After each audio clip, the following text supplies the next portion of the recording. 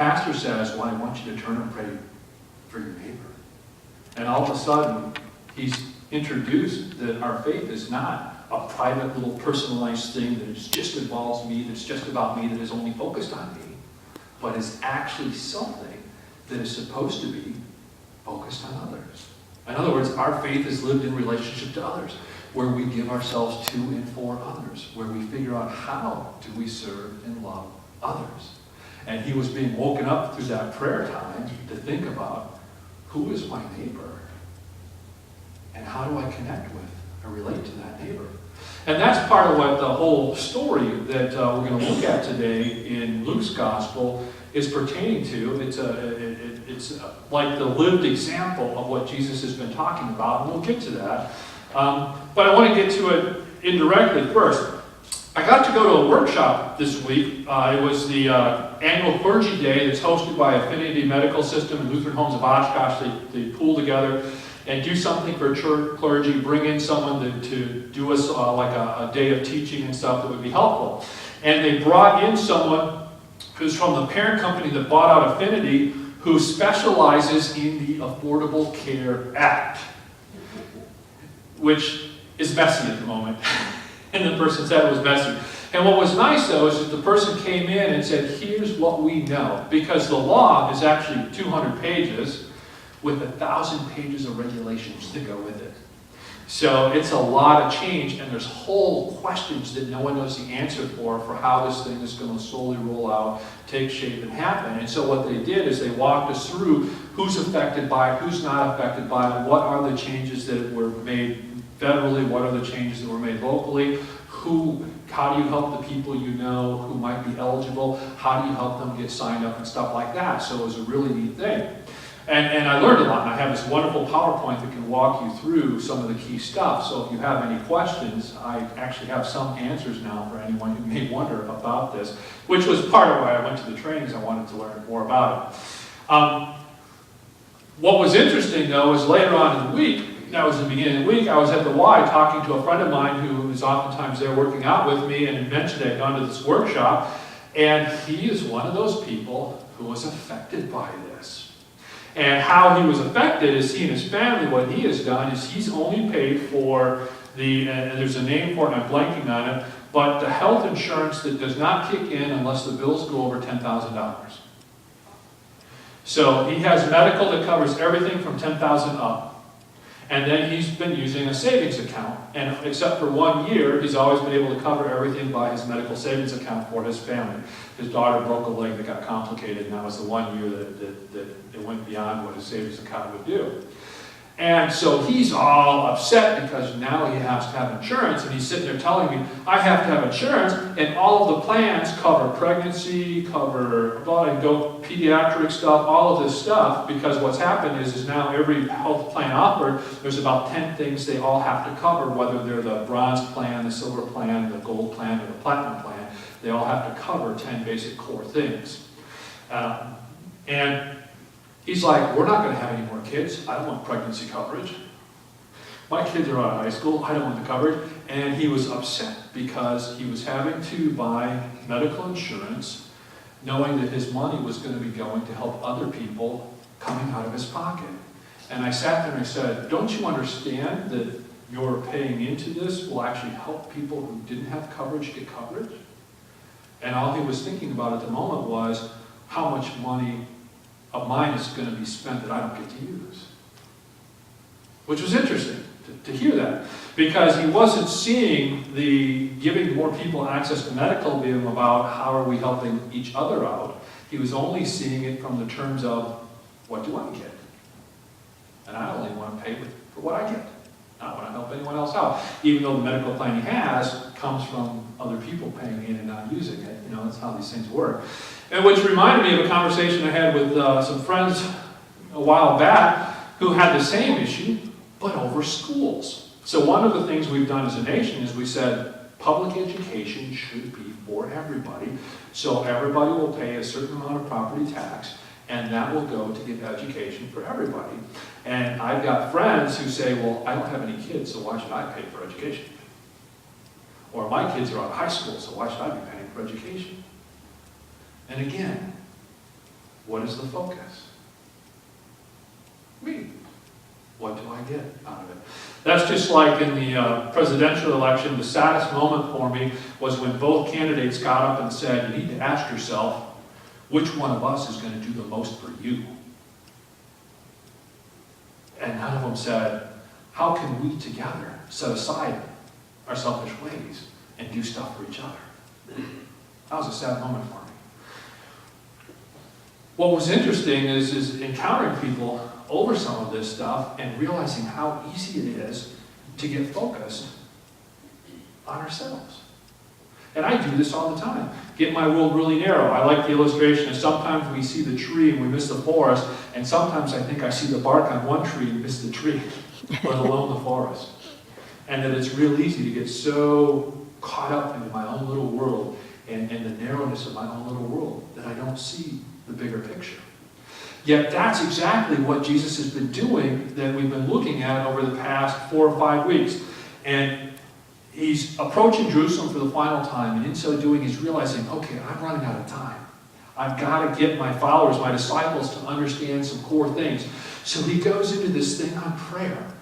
And he starts out by teaching them a prayer, and that prayer is a disturbing prayer, because in that prayer it says, Our Father who art in heaven, hallowed be thy name. Your will be done. Your kingdom come, on earth as it is in heaven. Give me this day only that which I need to make it through today. Not beyond what I need for today, only what I need for today. And forgive me as I'm in the process of forgiving all of those around me. And that whole prayer isn't turned on me, is it? And so he starts out this whole series in Luke's Gospel of teaching that's uncomfortable, because when I pray, most of the time I pray about me. And he gives me a prayer that isn't really about me, but is about God. And then he goes into the need for gratitude. That a very framing of our life, a changing of who we are and how we think, starts with gratitude. Do we wake up with a feeling or sense of gratitude for what God has given us this day? Do we appreciate the people and the things in our life that God has given us? And let that frame how we live the day and how we interact with people during the day and what we do. He then said we need to pray consistently and pray for God's justice, but the focus is not on our vision of justice, it's on God's justice and how God is trying to redeem God's creation, bring it to the path that he wants that creation to be at. And then he talked about humility, where you can't go and intentionally be humble, but that humility comes from when we think less about ourselves and think more about others, or think about ourselves less instead of being focused on ourselves.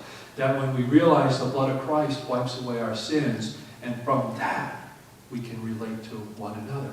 So then we get this amazing story, and I remember this story from the childhood song, growing up singing, Zacchaeus was a wee little man was he. He climbed up in the sycamore tree to see what he could see. So we all know this song, and it's a cute little song. But it's actually a pretty disturbing story in that what's cool about it is we see Zacchaeus getting everything that Jesus had talked about in his instruction of prayers to his disciples in a real way. Because here he is, he's a chief tax collector. Not just a tax collector. So the tax collectors were Jewish citizens who were hired by the Romans to go to and impose taxes so that the Roman Empire got the money it wanted to do the things it wanted. And it would allow you as a tax collector to collect beyond that as long as you didn't ruin the people, and they would back you up and you could pocket the money as a tax collector. So the tax collectors were, one, doing Roman work over Jewish work, and two, could extort extra money as long as they didn't bring down the family, because if you brought the family down, then you lose your tax base.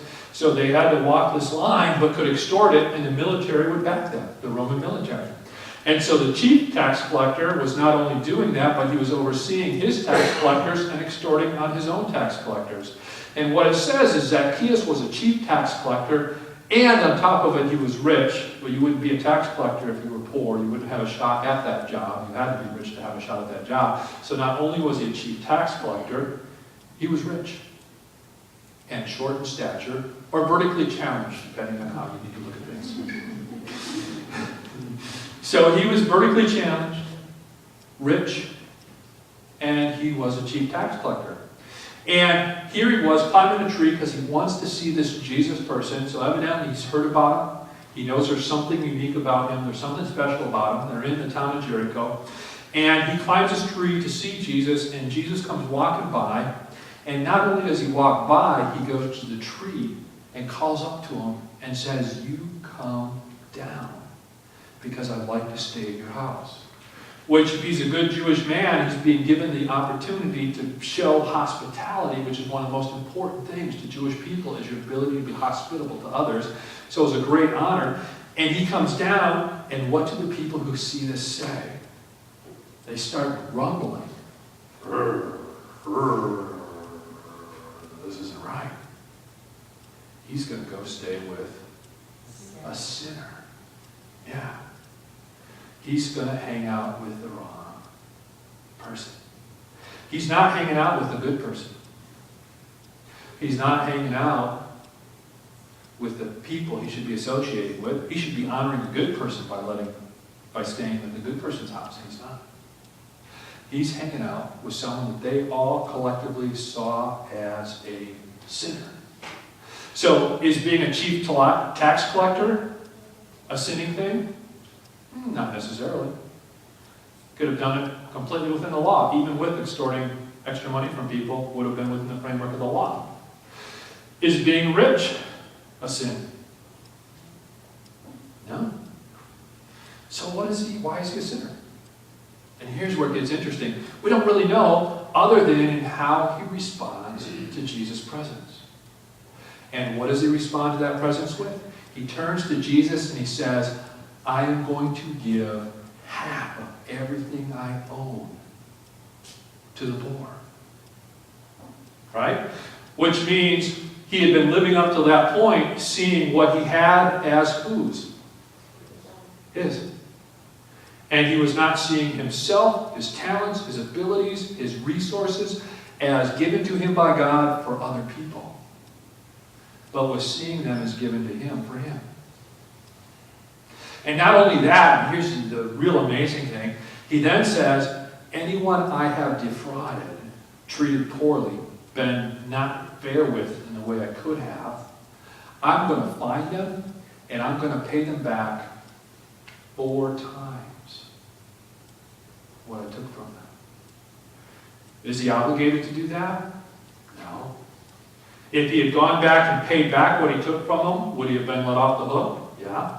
If he had paid back what he took from them and gave them a little extra, would that have been great? Yeah. He doesn't do that. What he says is, "I'm going to pay them back 4 times what I took," which is an act of grace and blessing, because they didn't deserve the 4 times back. Right? So here you have Jesus trying to get his disciples to rethink about how they see reality, how they see their life, how they see their relationship with other people. In other words, pushing them to understand their connection with the people around them.